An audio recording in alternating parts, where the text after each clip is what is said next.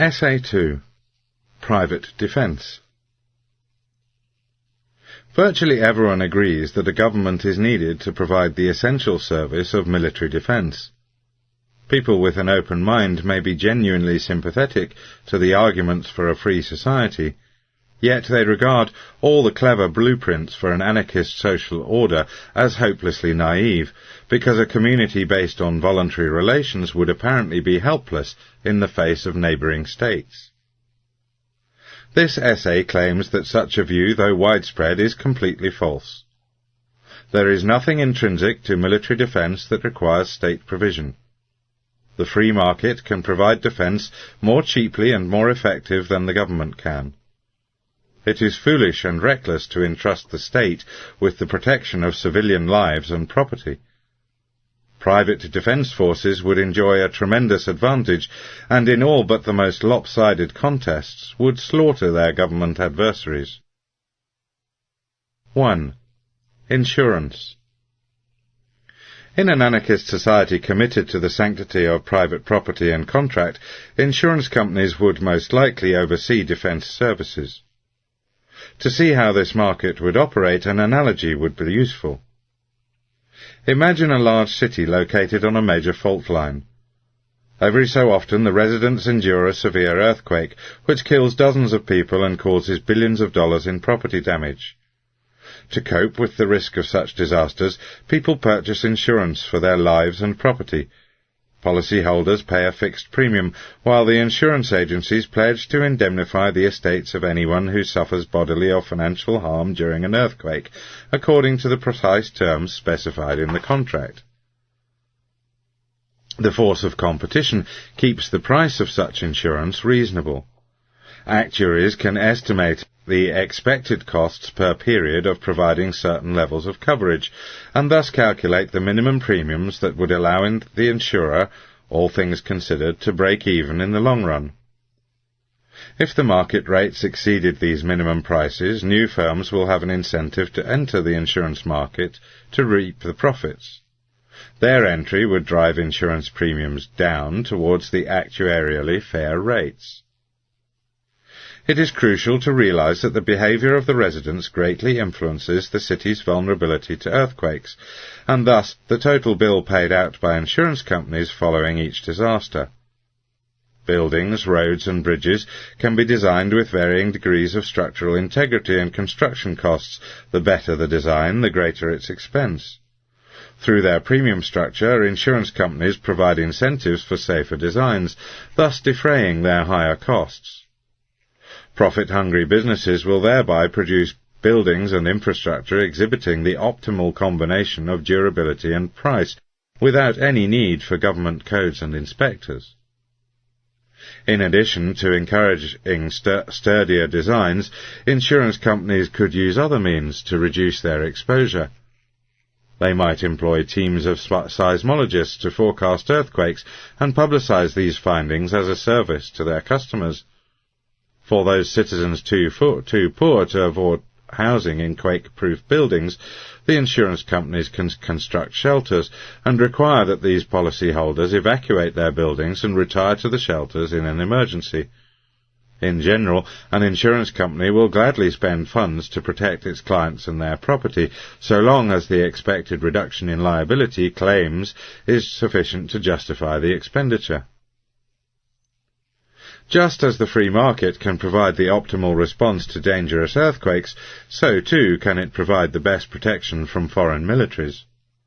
Like natural disasters, wars bring widespread death and destruction.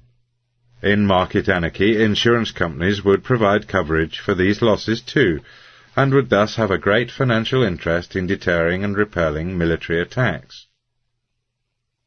2. Financing.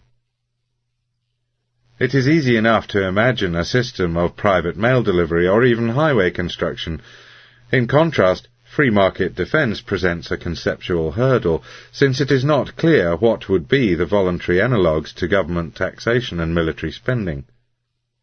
Defence from foreign aggression is a classic public good, and as such seems the perfect candidate for government provision.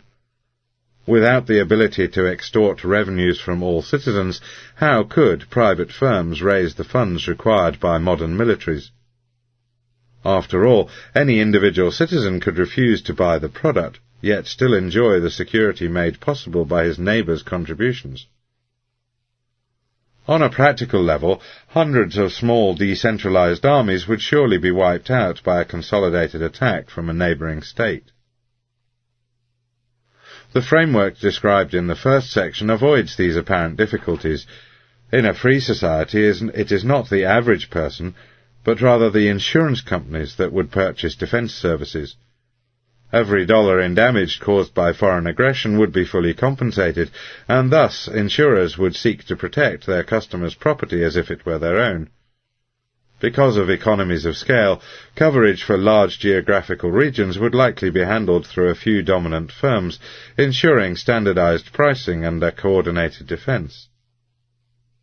It will be useful to elaborate on this hypothetical consolidation.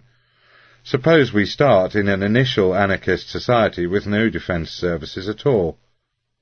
Imagine that the one serious military threat is invasion and conquest by a certain mercurial neighbour.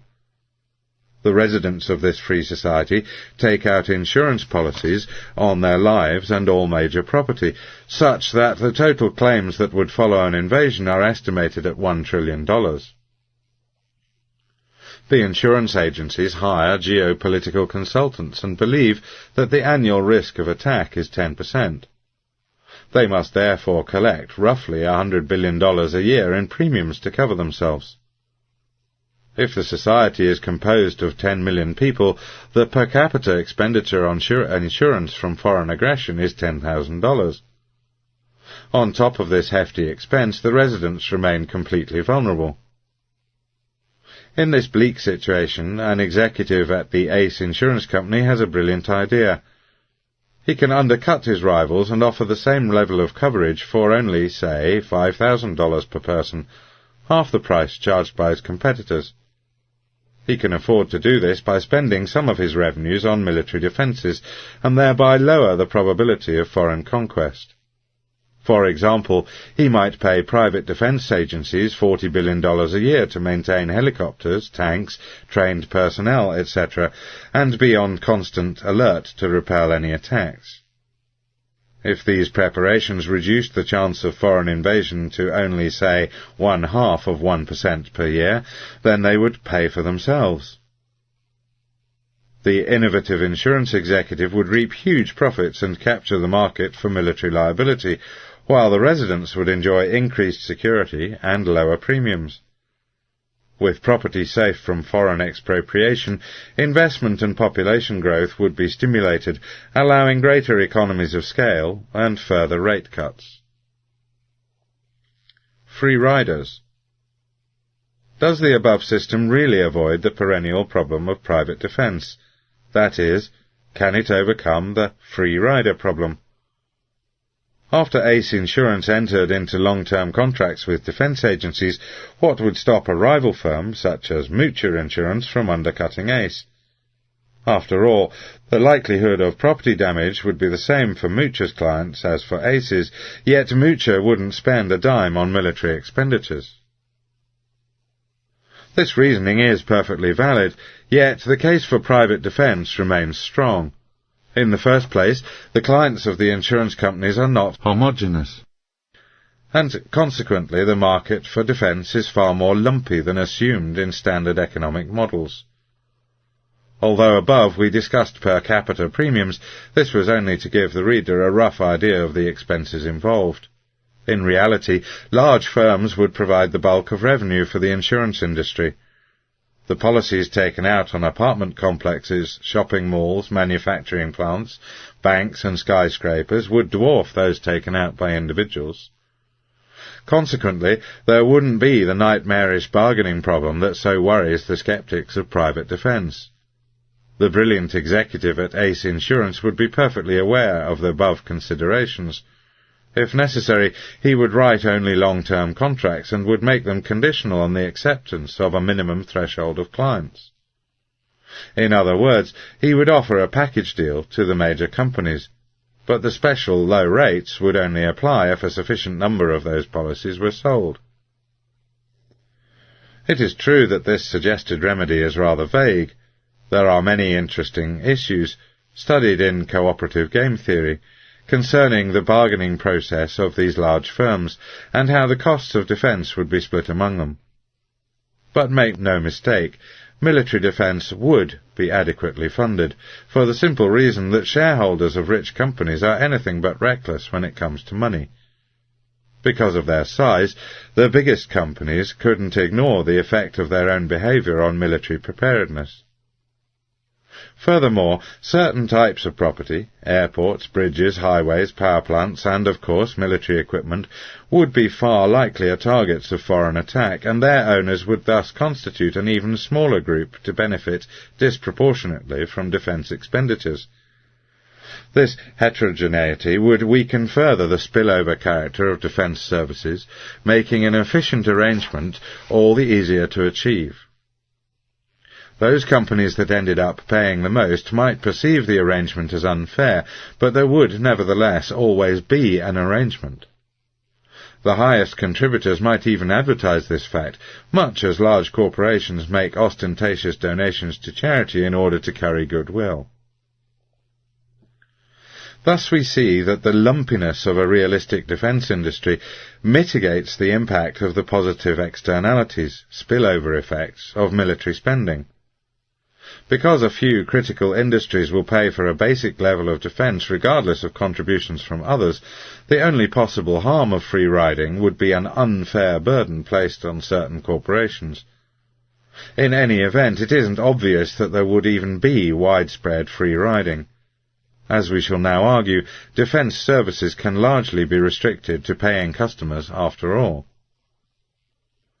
In the earlier discussion, we treated a foreign invasion as an all-or-nothing proposition.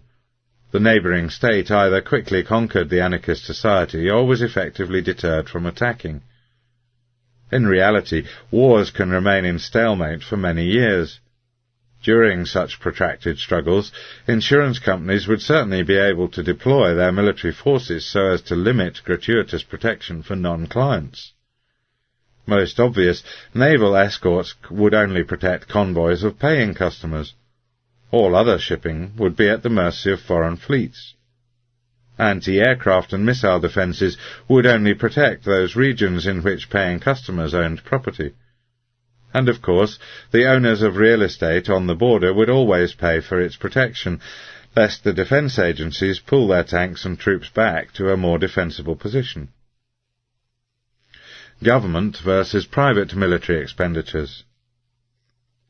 The above considerations show that people living in market anarchy could overcome the free rider problem and raise funds adequate for their defence. Yet there is a symmetric counter-argument that is generally overlooked.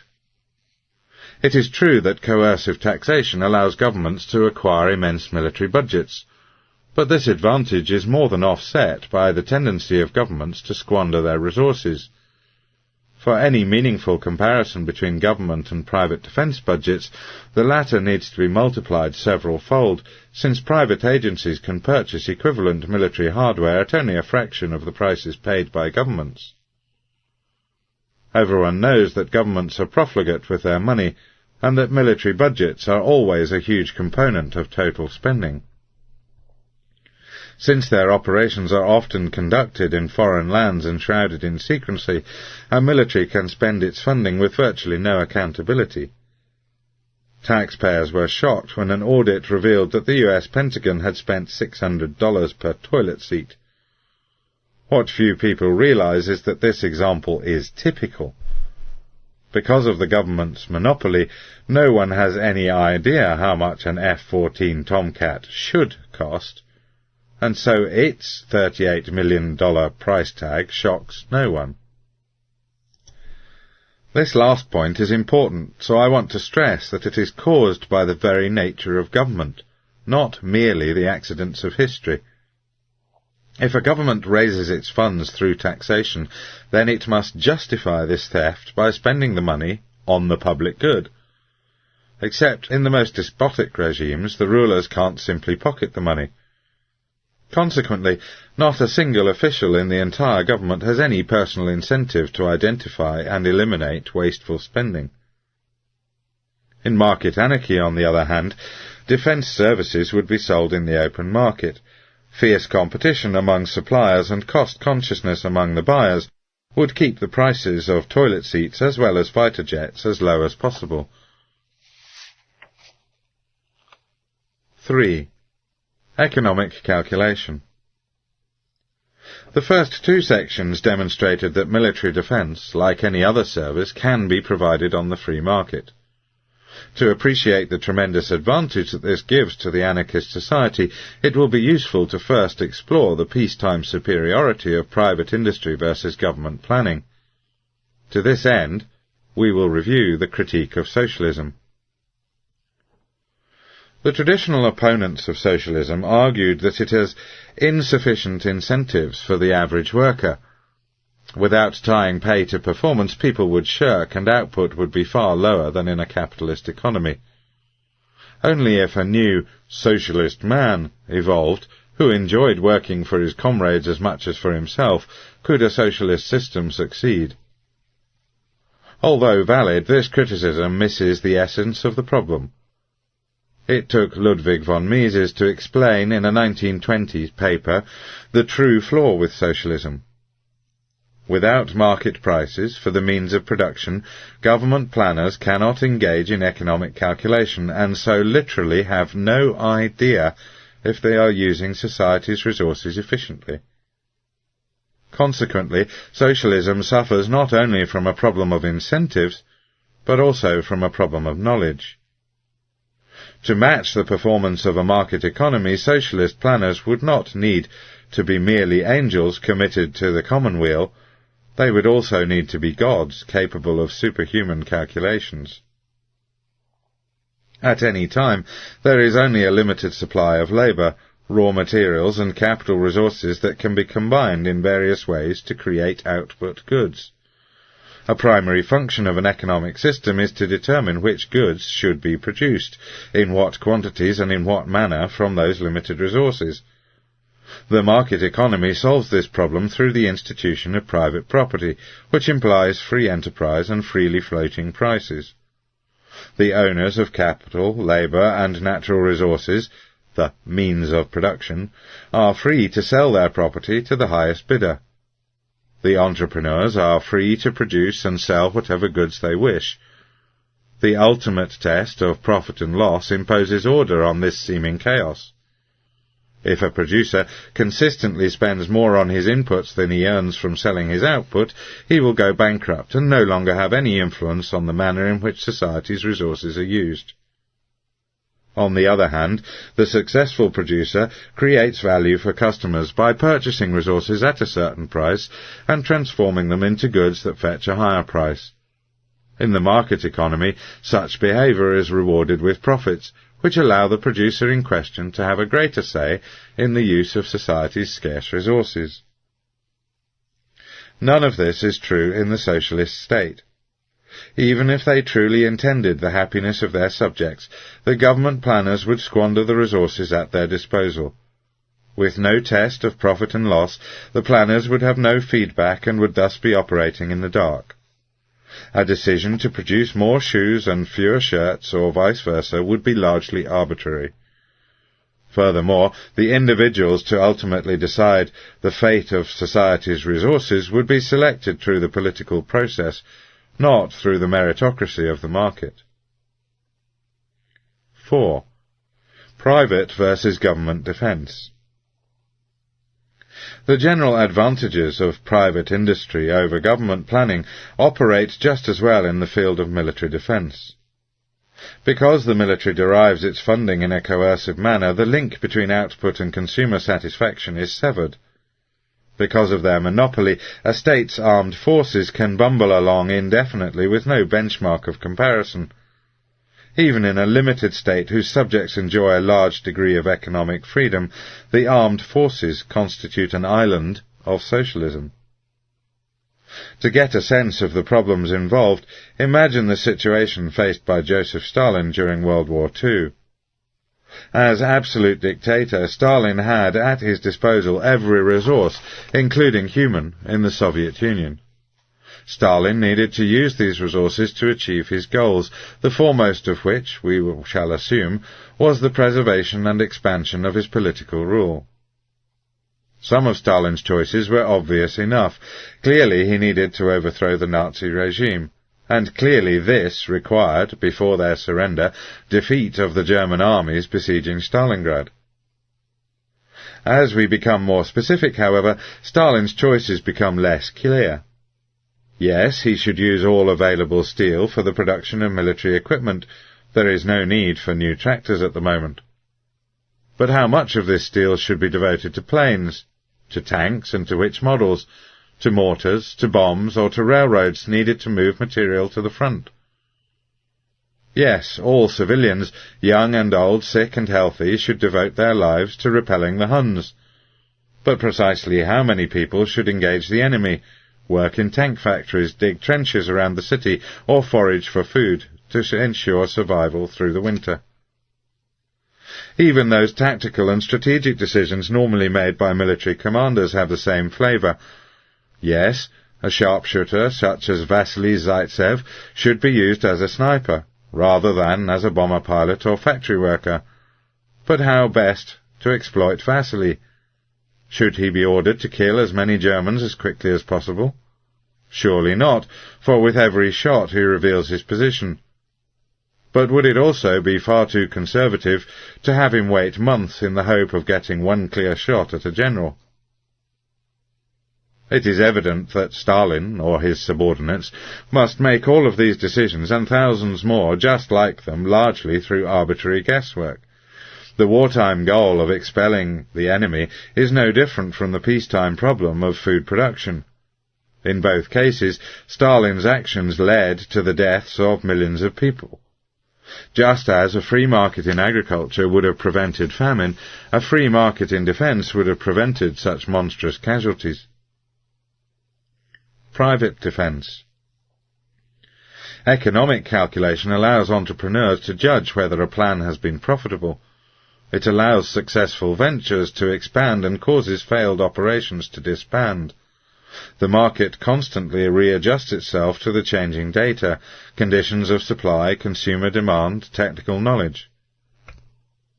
Now that we understand the manner in which insurance companies could objectively and quantitatively appraise military success, it is easy to see the advantages of private defence. In a situation comparable to the Battle of Stalingrad, the anarchist community would respond in the most efficient manner humanly possible. Insurance companies would determine the relative value of various military targets and place bounties on them for capture or elimination. Individuals left to their own spontaneous devices would try various techniques to produce this service. Some might buy tanks and hire men to attack the Germans head-on. Others might hire sharpshooters to snipe at them from afar. Some might buy mortars and shell them. Some might hire propagandists and offer bribes to lure defectors. Over time, only the best defence firms would survive. They would expand their operations, increasing the overall efficiency of the war effort. Because they would be operating in a system of property rights, they would need to purchase all of their resources, including labour. This would ensure that the resources were being used as effectively as possible. For example, those areas on the front in urgent need of soldiers or ammunition would bid up their wages or prices, avoiding the arbitrariness of government troop deployment and supply. Even if, to reduce transaction costs and maximize response time, a single firm monopolized the defense of a region, the firm could still engage in internal cost accounting and calculate the profitability of its various branches.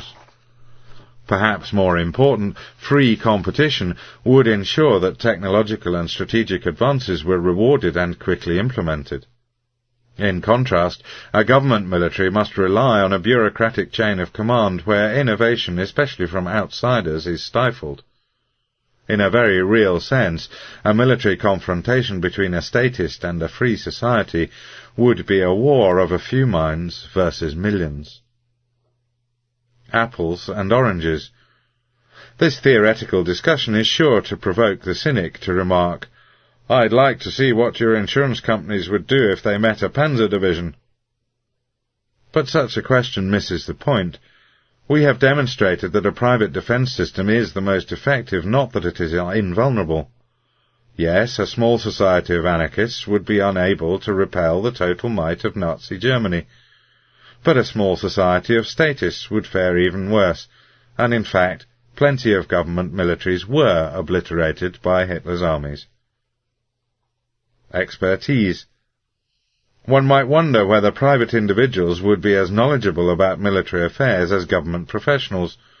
Surely Colin Powell makes a better general than Bill Gates. This fact rests on the monopoly status of the US military. If private individuals were allowed to compete with Pentagon generals, the incompetence of the latter would be manifest. The average stockholder is no expert in professional sports or foreign cuisine, yet private ownership still yields excellent baseball clubs and French restaurants. Savvy executives hire others to identify talented individuals. Intelligence. Even if a military bound by property rights and contract would have fared well in wars of an earlier era, what of modern warfare with its sophisticated espionage? Could there be anarchist spies? Private defence agencies would gather research just as any company does. They would hire analysts and collect information in any way legally possible. Presumably the most powerful computers and smartest codebreakers would reside in an anarchist society. Whatever, if any, the loss caused by prohibitions on wiretaps and torture, it would be more than recovered in efficiency. On this topic, we note that counterintelligence would probably be quite limited. Defence agencies would have, possibly, several major buyers and would be operating in an open market. Consequently, they would need to advertise the capabilities of their products. This openness, however, is a virtue. What better way to avoid military defeat than by showing potential enemies how advanced their anarchist foe would be? The defence agencies in a free society would have nothing to hide from governments. Do or die. The nature of military defence makes it less amenable to the trial and error correction mechanism of the free market. A nation can spend years in preparation for an attack without receiving any feedback on the quality of its efforts. A sudden invasion could then wipe out the private defenders before they had a chance to adapt. This situation is different from the typical industry, in which repeated transactions day in, day out allow experimentation with various techniques and the weeding out of inefficiencies. To meet this objection, we must remember that private defence agencies, unlike their government counterparts, need not be limited to regional clients. A multinational defence agency could provide, say, fighter jet services to several insurance companies in various areas of the world. Although inadequate, strategies or training might remain hidden until a sudden disaster, at most only one of the agency's franchises would be lost. The others would study the incident and learn to avoid it. In such an environment, military strategists from all over the world would collaborate in the new art of defence. While government planners guarded their precious secrets and protocols, anarchist agencies would hire the best and brightest minds. Expert personnel would be rotated from region to region, providing training in the latest tactics and equipment. High-tech weapons would be stockpiled in central locations and loaned out to anarchist societies under imminent threat of attack.